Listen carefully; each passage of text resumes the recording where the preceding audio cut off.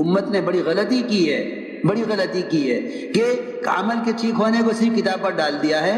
حضور اکرم صلی اللہ علیہ وسلم اس امت کے معلم ہیں، آپ نے اپنے مسجد میں آنے والے کی نماز کو خود دیکھا اور بار بار حکم لگایا، جا نماز پڑھ جو نماز نہیں پڑھی، جا نماز پڑھ جو نماز نہیں پڑھی۔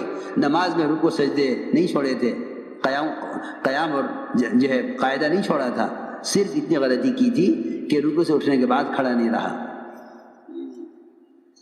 دو سجدوں کے درمیان اطمینان سے نہیں بیٹھ سکا۔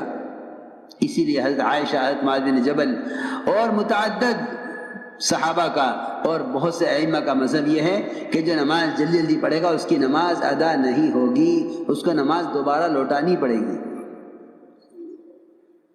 اس لیے میں تاکید سے عرض کر رہا، کیونکہ جتنا نقصان اسباب کا ہوتا ہے، جتنے کارخانے بند ہوتے ہیں، جتنی دکانیں چل چل کر کنگال ہو جاتی ہیں اور بند ہو جاتی ہیں، میں سمجھتا ہوں خدا کی قسم سب سے بڑی بد دعا نماز کی اسباب کو لگتی ہے۔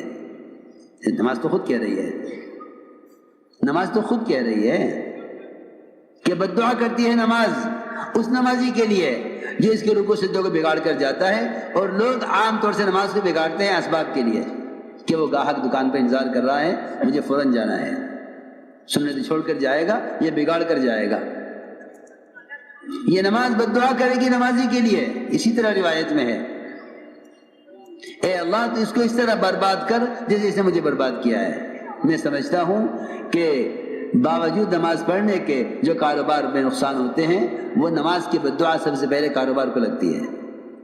جو نماز کو چھوڑ ہی دے گا دکان کے لیے، اس کی دکان کو تو کیا بد دعا لگے گی نماز کی، جو نماز پڑھنے والے کی بد دعا لگ رہی ہے دکان کو، کیونکہ نماز صحیح طریقے سے ادا نہیں کی۔ جب اللہ کے راستے میں جب نکلیں گے تو کیونکہ اسباب ساتھ نہیں، بیوی بچے ساتھ نہیں، گھر کے تقاضے ساتھ نہیں، یہ موقع ہے، بہترین موقع، یہاں اپنے آپ کو صحیح نماز کا عادی بناؤ۔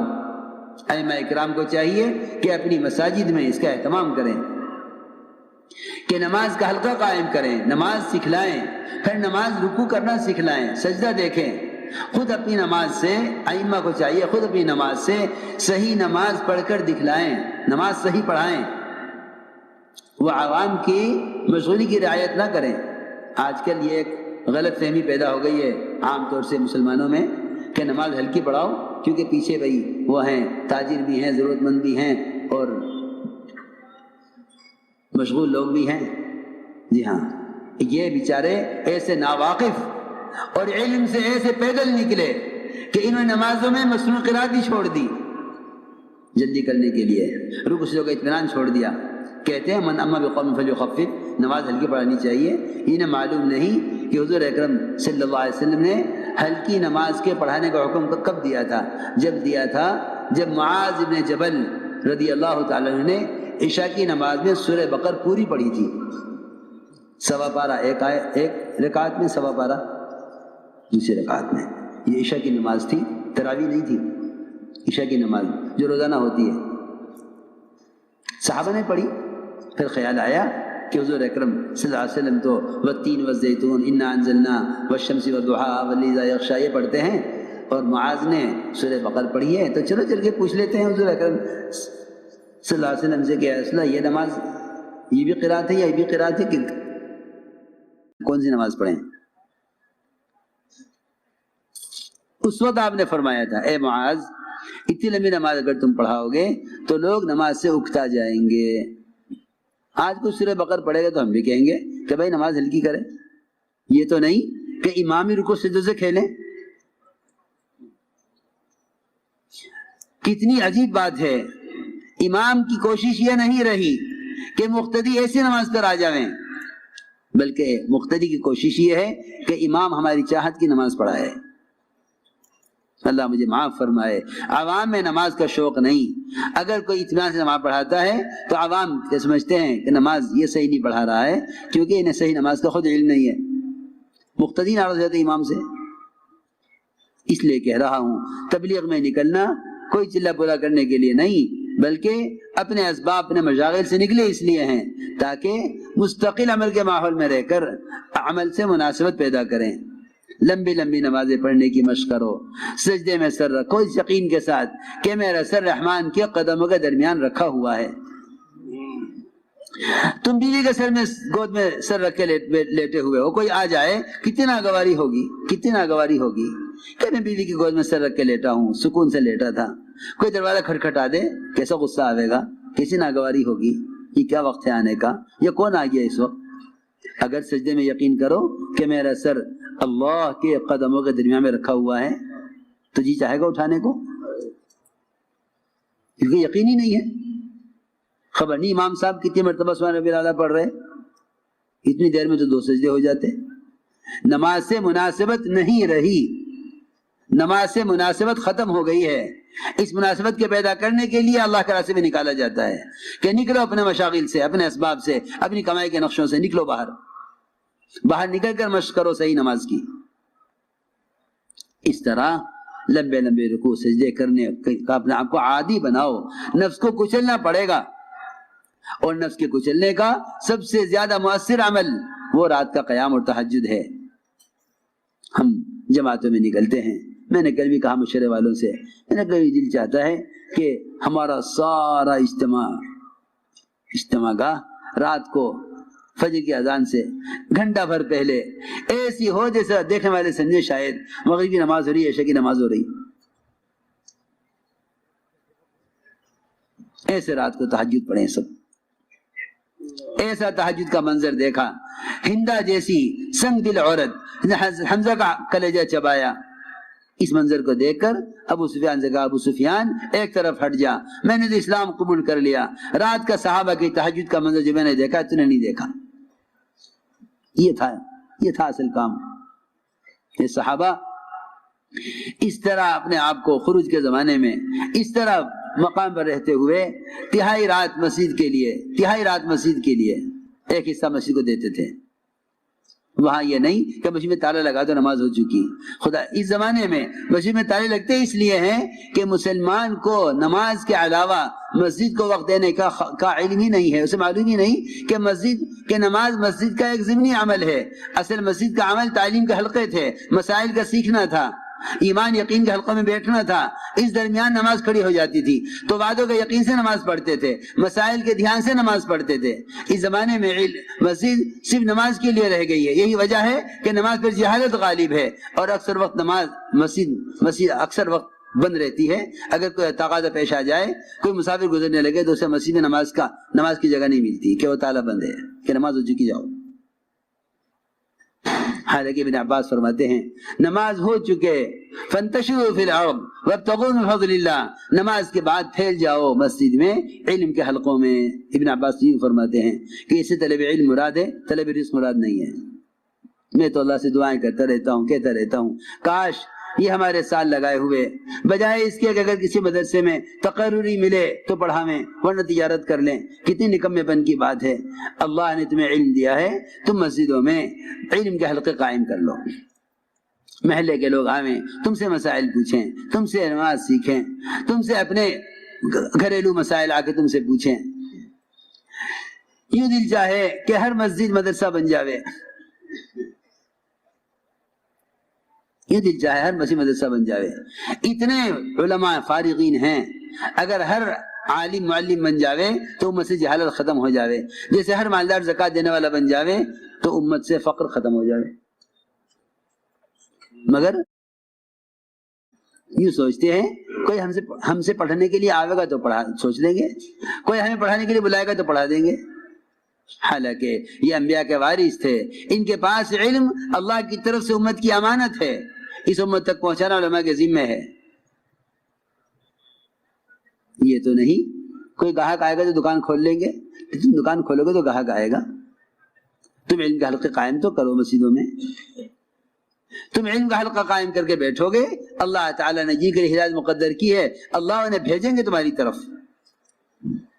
اس طرح مسجدوں میں تو میں نے عرض کیا کہ اللہ کے راستے میں نکل کر رات کے قیام اور تہجد کا خوب اہتمام کیجو، خوب اہتمام کیجو۔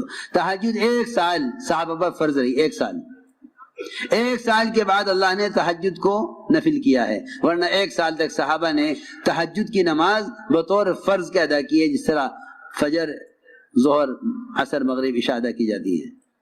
ایک سال فرض رہی، جب صحابہ عادی ہو گئے اس کے، پھر اللہ نے اس کو نفل کیا۔ آپ صلی اللہ علیہ وسلم تھکے ہوئے ہوتے تھے، صحابی نے اپنے چہرے کو دیکھ کر کہا آج تو آپ بڑے تھکے ہوئے معلوم ہو رہے ہیں۔ فرمایا میں نے اس بیماری کے ساتھ رات لمبی 7 سورتیں پڑھی ہیں قرآن کی، لیکن ہمارے کام کرنے والوں میں تہجد کا اہتمام نہیں ہے، تہجد کا اہتمام نہیں ہے۔ دیکھے لمبے مشورے ہو گئے، تہجد چھوٹ گئی، تھک گئے، بلکہ اب تو ایسے بے عقل لوگ ہیں کہتے ہیں کہ یہ کام بڑا افضل ہے، یہ تو تہجد ہے، یہ تو نفل ہے۔ کیسی بے عقلی کی بات، کیسی بے عقلی کی بات ہے، کیسی بے عقلی کی سوچ ہے۔ حالانکہ وہ تہجد جس سے دعوت کی بات واضح ہو جاتی کہ قرآن کہتا ہے اقوم قیلا، کہ رات کا قیام سب سے زیادہ دعوت کی بات کو واضح کرنے والا ہے، قرآن میں ہے اقوم قیلا کہ رات کا قیام اور تہجد دعوت کی بات کو واضح کرا دے گا، صحیح بات دل میں ڈالے گا۔ اور یہ فرمایا آگے ان لک فی النہار سبحا طویلا، کہ دن بھر دعوت کے کارناموں میں، دعوت کے تقاضوں میں اللہ کی مدد آپ کے ساتھ ہوگی اگر آپ رات کے قیام کا اہتمام کریں۔ اور سب سے زیادہ نفس کو کچلنے والا عمل ہے رات کا قیام۔ فرمایا اشد وطئا، کہ نفس کچلا جاتا ہے رات کے قیام سے۔ تو اس لیے تہجد کا خوب اہتمام کریں، تہجد کو اپنا معمول بنا لیں، اس میں رزق کی وسعتیں ہیں۔ تم جا کے اگر یہ نہیں کرو گے تو خدا کی قسم رزق کی وسعتیں سود میں دیکھو گے، جھوٹ میں دیکھو گے، جا کے حکام سے اپنے لیے سود یا قرضے کے مطالبے کرو گے۔ اگر رات کے تہجد اور قیام سے اور رات کو سونے سے پہلے سورہ واقعہ پڑھ کر اللہ سے کہ خزانہ تعلق قائم نہ کیا تو پھر تمہیں غیروں کی خوشامد کرنی پڑے گی حرام اسباب لینے کے لیے۔ اللہ کی خوشامد کرنی چھوڑ دو گے حلال اسباب لینے کے لیے۔ اپنے رخ کو بدلو، طبیعتوں کو بدلو، نکلو اس اسباب کی زنجیروں سے، آؤ اعمال کی حقیقت کی طرف، آؤ اعمال کی حقیقت کی طرف، اپنے آپ کو تہجد کا عادی بناؤ۔ اس طرح ہمیں رات کے قیام کا اہتمام کرنا ہے۔ عمل کی قیمت دلوں میں اترے گی جب تعلیم حلقوں میں جم کر بیٹھیں، جب تعلیم حلقوں میں جم کر بیٹھیں گے تو پھر عمل کی حقیقت دلوں میں اترے گی۔ یہاں بازار میں جم کر بیٹھا ہوا ہے، آج ایک چیز خریدی، 4 مہینے کے بعد خریدے گا، کہے گا کہ کیوں 100 روپے بڑھ گئے، پچھلی دفعہ لی تھی 200 روپے کی تھی، اب 300 کیوں دے رہے ہو؟ اسے 4 مہینے کے 200 روپے کی قیمت چیز کی یاد ہے، لیکن اسے ظہر کی نماز میں صبح کی تعلیم کی حدیث یاد نہیں ہے۔ اس کو صبح کی تعلیم میں کی حدیث ظہر کی نماز میں یاد نہیں ہے کہ صبح تعلیم میں نماز سے متعلق کیا حدیث سنی تھی، اسے نہیں معلوم، اسے نہیں معلوم۔ بازار میں بیٹھتے ہیں چوکنا ہو کر، تعلیم حلقہ میں بیٹھتے ہیں غافل ہو کر، نہیں معلوم۔